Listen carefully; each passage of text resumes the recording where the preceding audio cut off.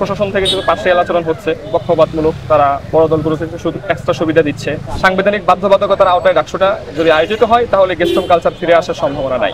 একদম স্বতন্ত্র জায়গা থেকে যে পরিমাণ অ্যাক্টিভিজম করেছি একক ব্যক্তি হিসেবে আর কোনো প্রার্থী এতটা করেনি। এটা যদি শিক্ষার্থীরা বুঝতে পারে, বিশ্লেষণ করে, তাহলে তারা অবশ্যই আমাকে নির্বাচিত করবে ইনশাআল্লাহ।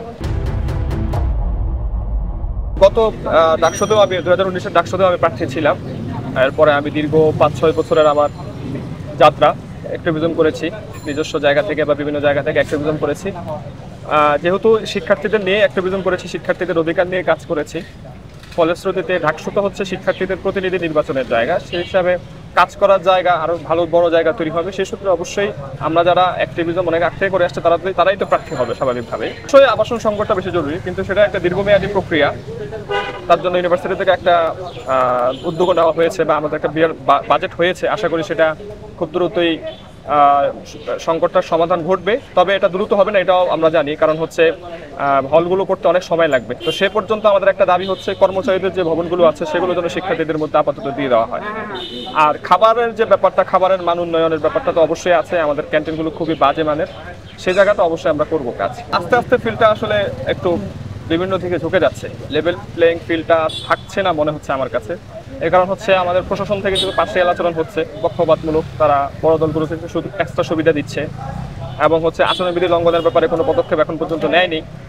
এরপরে দেখা যাচ্ছে যে লজিস্টিক্সের অভাবে স্বতন্ত্র প্রার্থীরা পিছিয়ে যাচ্ছে। সেই জায়গাটায় যেহেতু নির্বাচন কমিশন ব্যয়ে কোনো সংকোচন করেনি, ব্যয়কে সীমিত করেনি, ফলশ্রুতিতে বড় দলগুলো তাদের লজিস্টিক্স দ্বারা বিশাল জায়গা দখল করে নিচ্ছে। মন মতো তারা হচ্ছে এখন ব্যানার করবে, পোস্টার করবে, হ্যান্ডেল করবে। এর মধ্য দিয়ে দেখা যাবে যে আমাদের স্বতন্ত্র প্রার্থীরা হারিয়ে গেছে। এই জায়গাটা তো আর লেভেল প্লেইং ফিল্ড থাকলো না। কালচারাল হেজিমনি তো একদিনে দূর করা যায় না, এটা দীর্ঘ একটা প্রক্রিয়া। এটা যেমন তৈরি হয়েছে অনেক দীর্ঘ সময় নিয়ে, এটা যেতে যেতেও সময় লাগবে। আমাদের লড়াইটা শুরু হয়েছে, চলছে। এখন একটা স্টেপ বাই স্টেপ আমরা পার হব। এই ডাকসুতে যদি আমরা ভালো করতে পারি আমরা একটু এগিয়ে যাব।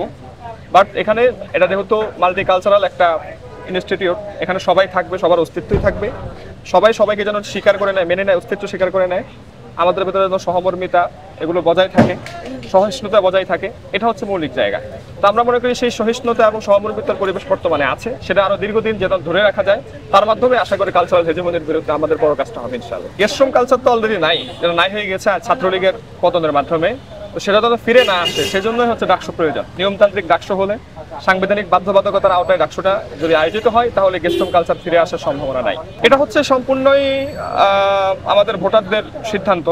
আমি মনে করি যে আমি আমার দীর্ঘদিনের যে অ্যাক্টিভিজম, যে কাজকর্ম শিক্ষার্থীদের জন্য করেছি, সেগুলো যদি তারা বিশ্লেষণ করলে তারা আমার কর্মযজ্ঞ দেখতে পাবে, সেই অনুপাতে তারা সিদ্ধান্ত নিতে পারবে, ভোট দিতে পারবে। এর বাহিরে যদি যোগ্য প্রার্থী আরও কেউ থাকে তারা তাকে নির্বাচিত করবে, তাকে ভোট দিবে। কিন্তু আমি মনে করি যে আমার জায়গা থেকে, আমি ব্যক্তিগত জায়গায় এবং একটা দল কেন্দ্রিকতার বাইরে গিয়ে একদম স্বতন্ত্র জায়গা থেকে যে পরিমাণ অ্যাক্টিভিজম করেছি একক ব্যক্তি হিসেবে আর কোনো প্রার্থী এতটা করেনি। এটা যদি শিক্ষার্থীরা বুঝতে পারে, বিশ্লেষণ করে, তাহলে তারা অবশ্যই আমাকে নির্বাচিত করবে ইনশাআল্লাহ। বহিরাগত প্রবেশ নিয়ন্ত্রণ করা যাবে, একেবারে বন্ধ করা যাবে না। যেহেতু পরিবেশটা, আমরা একটা পুরান ঢাকার হৃৎপিণ্ডে বসবাস করছি, এখান থেকে মানুষজন আসা যাওয়া করবে। এটার জন্য আসলে বেটার সলিউশন, বড় ধরনের সলিউশনটা দরকার, যে আমাদের পাতাল রোড করার মাধ্যমে। সেটা তো অনেক বিশাল প্রজেক্ট, সেটা যবে হয়। এখন আমরা যেটা করতে পারি, আমরা পর্যবেক্ষক বিভিন্ন আমাদের এন্ট্রি গেটগুলোতে পর্যবেক্ষক টাওয়ার আছে বা আছে, সার্ভেলেন্স বক্স আছে। সেই বক্সের মাধ্যমে সেটাকে সক্রিয় করে আপনার বড় যানবাহন কিংবা হচ্ছে বহিরাগত প্রবেশ, সেটাকে নিয়ন্ত্রণ করা সম্ভব। তো সেই ব্যবস্থা তো অবশ্যই আমরা করব।